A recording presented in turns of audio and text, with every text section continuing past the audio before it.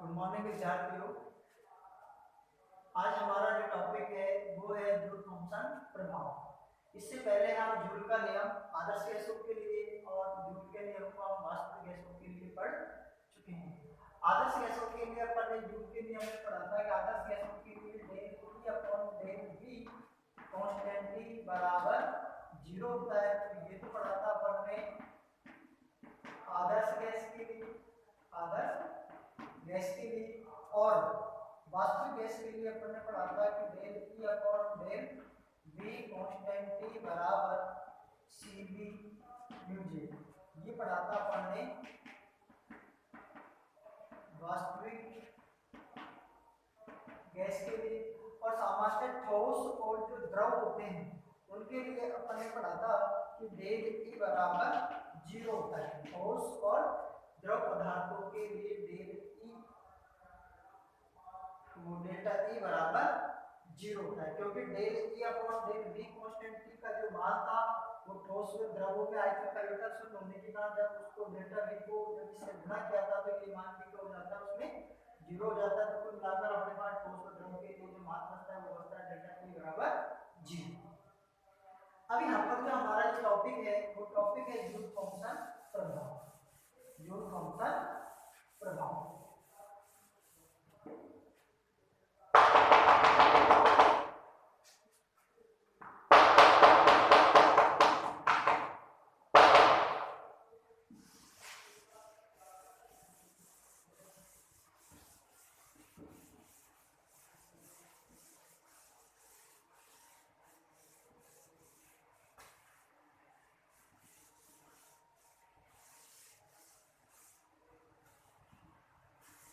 देखिए, joule Thompson प्रभाव की जो शुरुआत है वो हम करते हैं सामान्यतः ऊष्म अवस्था के लिए।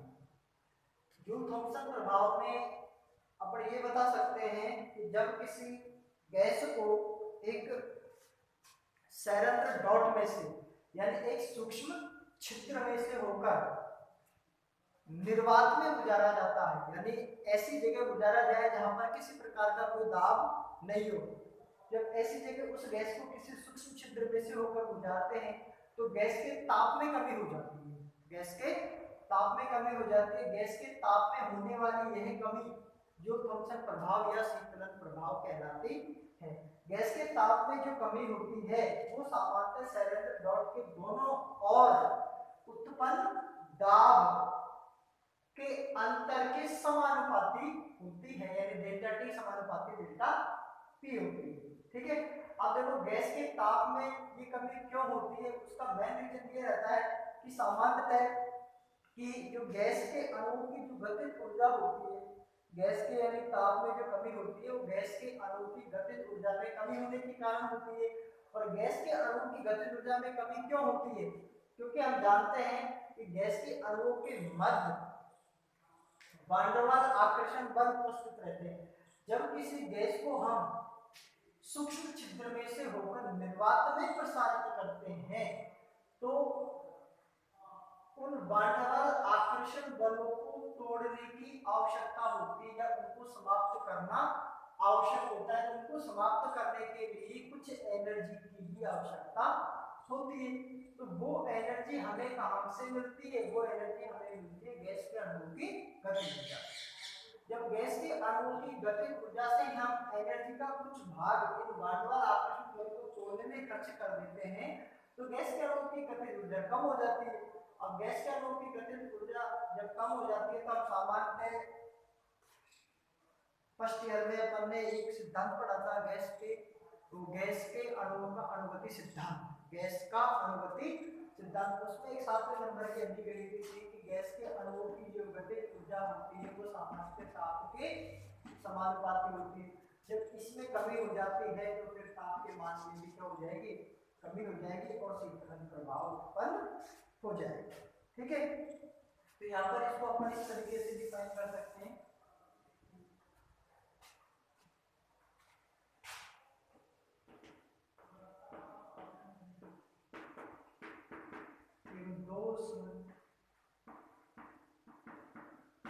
अवस्था में यदि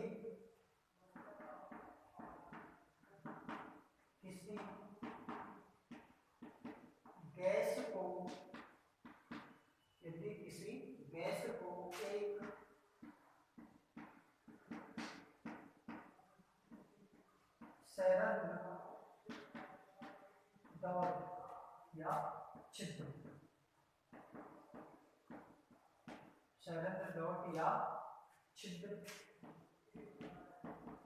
में से होकर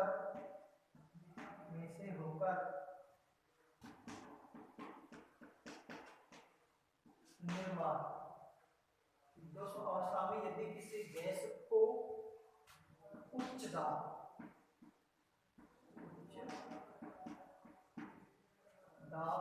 से सरंध्र डॉट या छिद्र में से होकर निर्वात में या निम्न दाब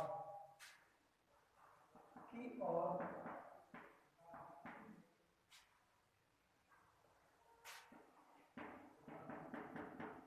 प्रसारित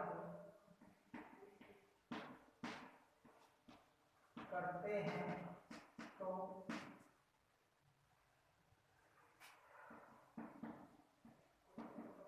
गैस के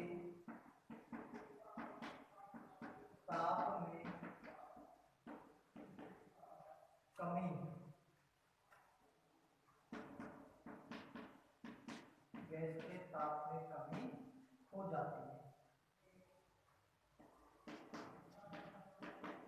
गैस के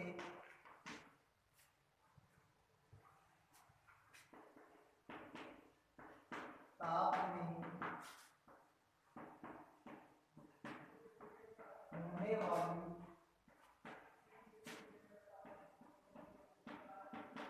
यह कमी, गैस के ताप में होने वाली यह कमी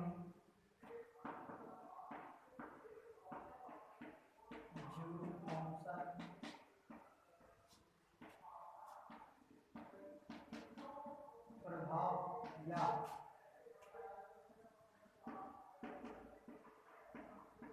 शीतलन प्रभाव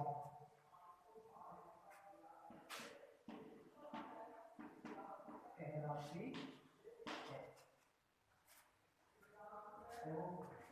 दोषम अवस्था में यदि किसी गैस को उच्च दाब से सरंध्र डॉट या छिद्र में से होकर निर्वात में या निम्न दाब की ओर प्रसारित करते हैं तो गैस के ताप में कमी हो जाती है। गैस के ताप में होने वाली यही कमी जो थॉमसन प्रभाव या शीतलन प्रभाव कहलाती है। नेक्स्ट लिखेंगे हम गैस के ताप में उत्पन्न यह कमी, गैस के ताप में उत्पन्न यह कमी सरंध्र डॉट के दोनों तरफ उत्पन्न दाब के अंतर के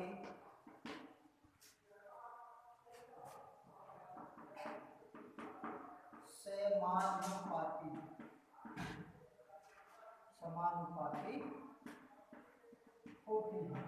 अतः डेल्टा टी समानुपाती डेल्टा टी समानुपाती डेल्टा पी। अब देखिए गैस के ताप में जो ये कमी होती है ये सामान्यतः गैस के अणुओं की गतिज ऊर्जा में कमी के कारण होती है। यहाँ पर अपन ये दे सकते हैं, ये लिख सकते हैं कि ताप में यह कमी, ताप में यह कमी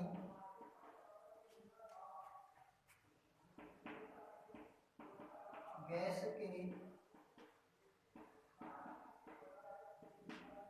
अणुओं की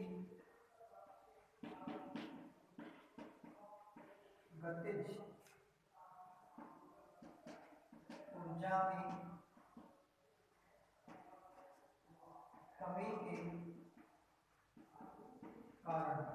कमी के कारण होती है। क्योंकि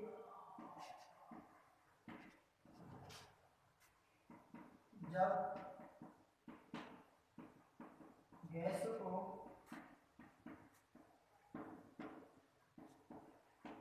उच्च दाब से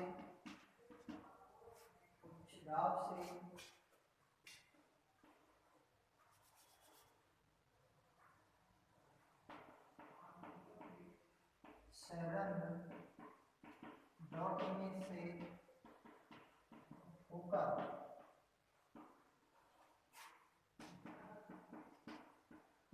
निम्न दाब की ओर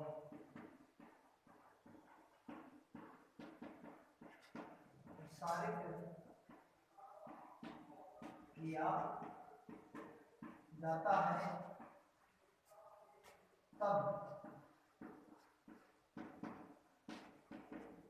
गैस के अणुओं के मध्य उपस्थित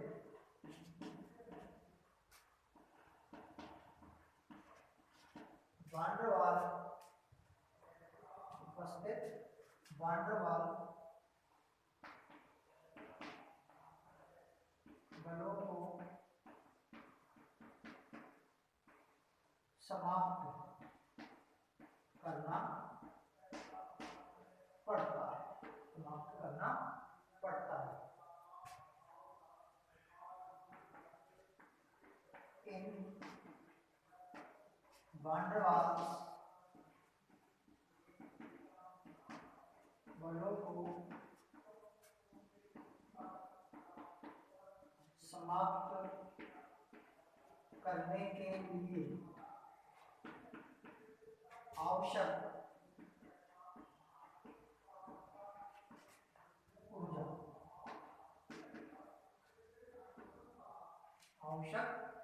ऊर्जा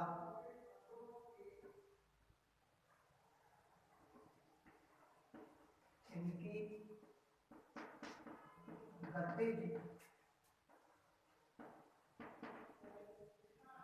गतिज ऊर्जा से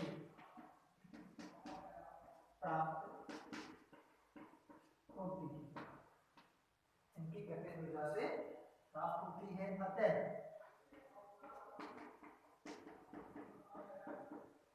गतिज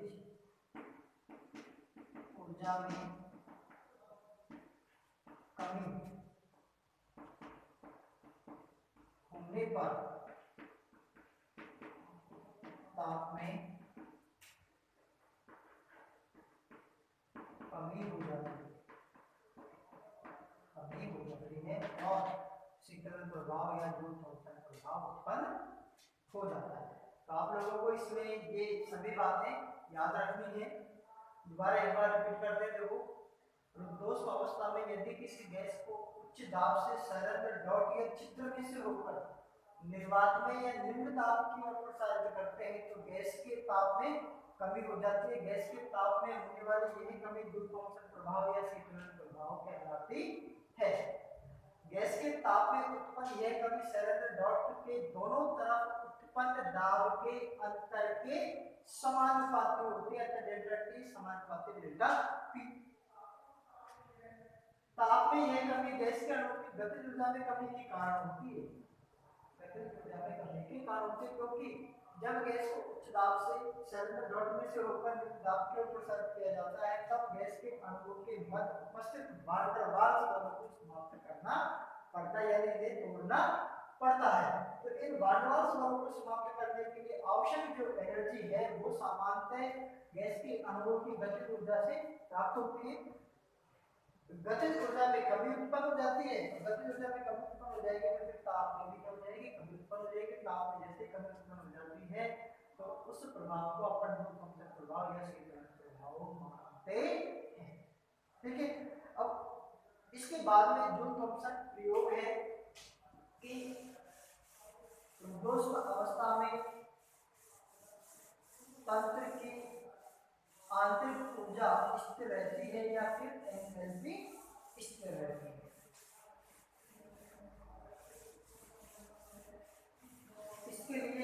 एक काल्पनिक गैस सिलेंडर मानना है, यानी एक विद्युत अवस्था वाली उष्ण अवरोधी नलिका का उपयोग करना है इधर बीम फंक्शन प्रयोग।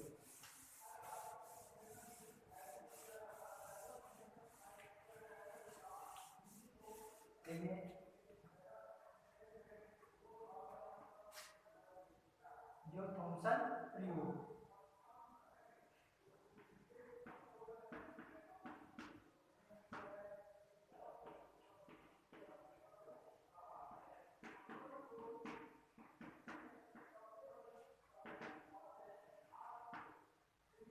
इसके लिए हम यहाँ पर एक ताप अवरोधी नलिका का उपयोग करेंगे और इस ताप अवरोधी नलिका में हम ये भी मानेंगे कि अपन ने यहाँ पर दो पिस्टन लगा रखे हैं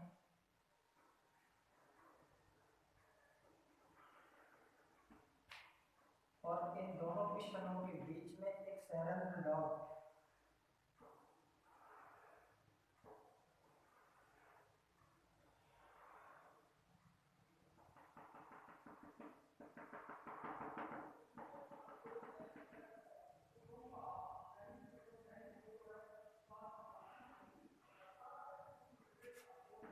पिस्टन है हमारे पास, यहाँ पर इसमें कोई गैस बनी हुई है, यानी ये तो पिस्टन और ये पिस्टन एक्स और ये पिस्टन वाई। यहाँ पर जो गैस बनी हुई है उसका प्रारंभिक आयतन यानी जो कहें दाब V1 और आयतन V1, ठीक है। यहाँ पर जब इस गैस को अपन इस संलग्न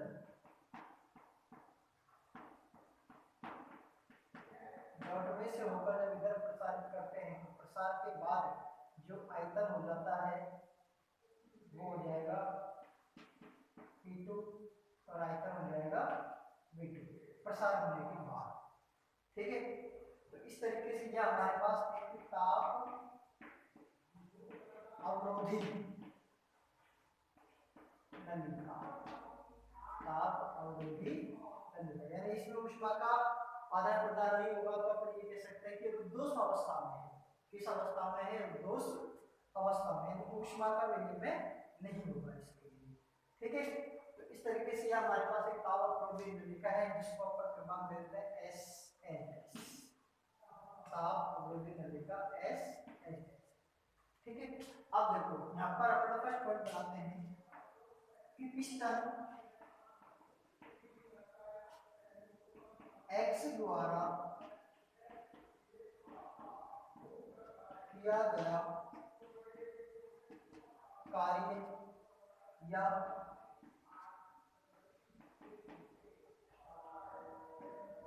संपीड़न में किया गया कार्य बराबर, देखो प्रारंभिक आयतन है हमारे पास V1, तो यहाँ पर अपन लिख देंगे V1 और अंतिम आयतन जब संपीड़न करेंगे तो अंतिम आयतन यानी आयतन कम होता जाएगा, तो आयतन कम होता जाएगा तो अंतिम में आयतन रह जाएगा हमारे पास 0 P1 D या P1 0 माइनस V1 या माइनस P1 V1 और ये समीकरण बन गई हमारे पास 1। इसी प्रकार यहाँ पर अपन लिख सकते हैं कि पिस्टन Y पर किया गया कार्य या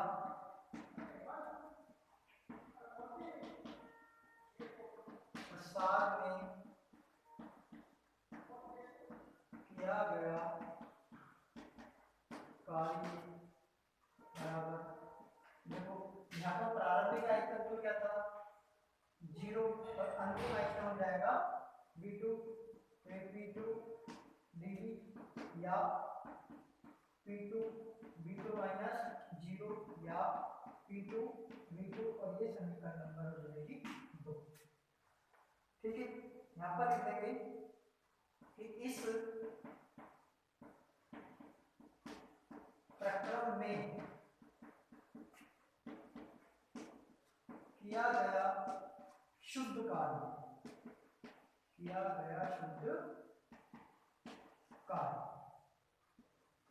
W बराबर प्रसार कार्य में से संपीड़न कार्य को घटा देंगे हम, तो हमारे पास कार्य आ जाएगा P2 V2 minus P1 V1, समीकरण नंबर 3। ऊष्मा गतिकी के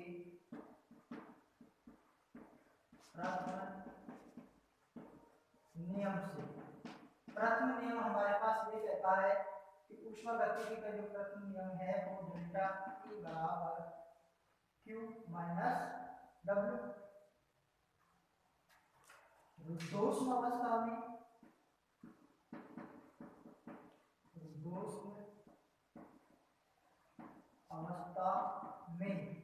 Q बराबर 0, तब डेल्टा E बराबर माइनस W। अब यहाँ पर देखो डेल्टा E का और W का मान रख देते हैं, या करके अपन यहाँ पर लिख सकते हैं P2 माइनस E1 बराबर minus P2 V2 minus P1 V2, या P2 माइनस E1 बराबर minus P2 V2 plus P1 V2। इसको इधर ले लेंगे, इसको इधर ले जाएंगे तो हमारे पास हो जाएगा E2 प्लस P2 V2 बराबर, इसको इधर ले जाएंगे तो P1 प्लस P1 V1। ठीक है, अब ये हमें पता है कि E2 प्लस P2 V2 या E प्लस PV का मान जो होता है वो सामान्यतः H से संबंधित होता है। तो यहाँ पर इसके लिए अपन लिख सकते हैं कि ये तो हो गया H2 और ये हो गया हमारे पास H1, या फिर दोनों के लिए अपन लिख देंगे H2 माइनस H1 बराबर डेल्टा H होता है, तब डेल्टा H बराबर 0। अर्थात रुद्धोष्म अवस्था में वास्तविक गैसों का रुद्धोष्म प्रसार में एंथैल्पी परिवर्तन स्थिर रहता है, न कि आंतरिक ऊर्जा। यानी रुद्धोष्म अवस्था में वास्तविक गैसों के लिए डेल्टा H का मान 0 रहता है, न कि आंतरिक ऊर्जा का मान 0 रहेगा। इस प्रकार से यह हमारा प्रयोग डिफाइन होता है।